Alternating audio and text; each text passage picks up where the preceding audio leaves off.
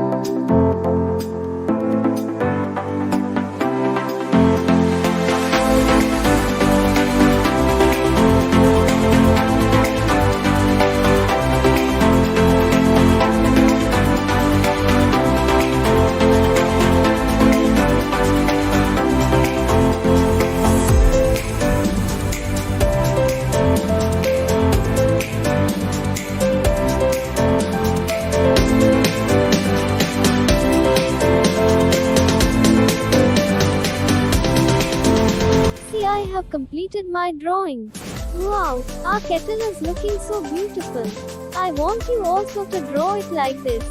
If you will follow the instructions I gave at the beginning, then yours will also look beautiful. Okay bachcho, that's all for now. Thank you.